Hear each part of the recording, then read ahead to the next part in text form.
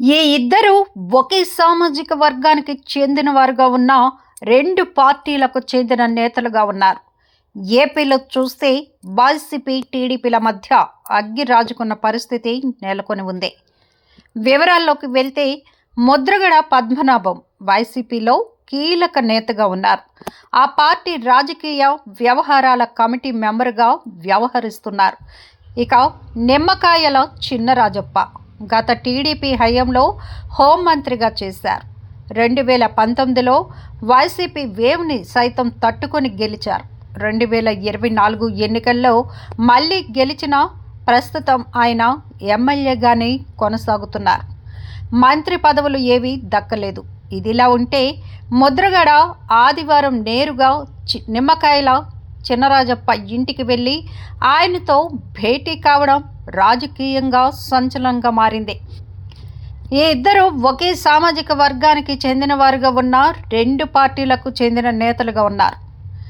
ఏపీలో చూస్తే వైసీపీ టీడీపీల మధ్య అగ్గి రాజుకున్న పరిస్థితి ఉంది.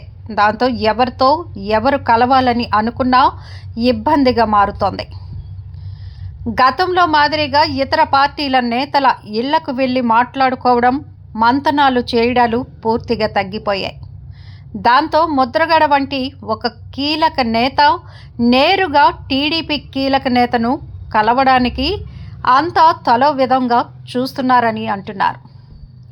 అయితే ఈ భేటీ స్నేహపూర్వకమైనదిగాని చెబుతున్నారు.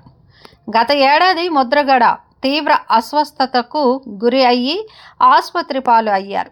ఆ సమయంలో ఆయన్ను చూడటానికి ఆసుపత్రికి నిమ్మకాయల చినరాజప్ప వెళ్ళారు. అయితే వైద్యుల సూచనల మేరకు ఆయన్ను చూడకుండానే వెనక్కి వచ్చేశారు.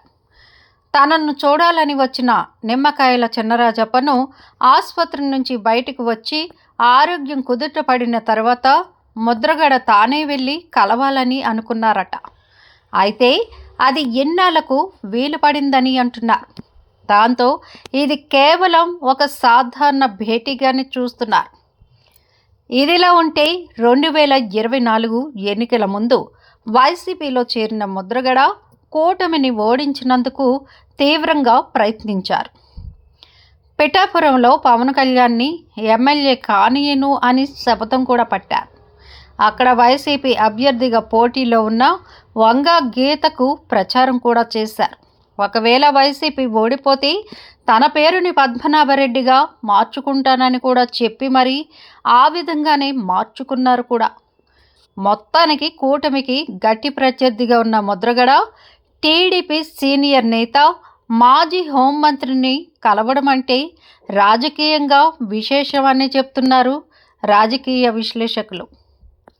ఇంకోవైపు చూస్తే గోదావరి జిల్లాలో వైసీపీని బలోపేతం చేసే బాధ్యతలను ముద్రగడకు వైఎస్ జగన్ అప్పగించారు. ఈ మధ్యనే తాడేపల్లికి వెళ్ళిన ముద్రగడ ఆయన కుమారుడు గిరితో జగన్ ఇదే విషయం మీద చర్చించారని ప్రచారం కూడా సాగింది. పైగా ముద్రగడ ఈ మధ్య ఆరోగ్యపరంగా కోలుకొని మళ్ళీ ప్రజా జీవితంలో యాక్టివ్ అవుతున్నారు. దాంతో పాటుగా కూటమి పాలనకు 2 ఏళ్ల సమయం పూర్తి అవుతున్నందువల్ల ప్రజా వ్యతిరేకత నెమ్మదిగా వస్తోంది. ఇక దాన్ని క్యాష్ చేసుకోవాలని జగన్ దిశానిర్దేశం చేస్తున్నారు. ఆ పనిలో చురుకుగా ఉన్న ముద్రగడ ఈ మధ్యలోనే నిమ్మకాయలను కలవడం మీదనే చర్చ కొనసాగుతోంది. మరి ఈ స్నేహపూర్వకమైన భేటీ అయితే రాజకీయంగా వైరల్ అవుతుంది. ఈ పరిణామాలు ఎటు దారి తీస్తాయనేది మరికొద్ది రోజుల్లోనే తెలియనుంది. మొత్తానికైతే వీరి కలయిక ఇప్పుడు అంతటా చర్చనీయాంశంగా మారింది. మా వీడియోస్ మీకు నచ్చినట్లయితే లైక్ చేయండి, షేర్ చేయండి, ప్లీజ్ సబ్స్క్రైబ్ కూడా చేయండి.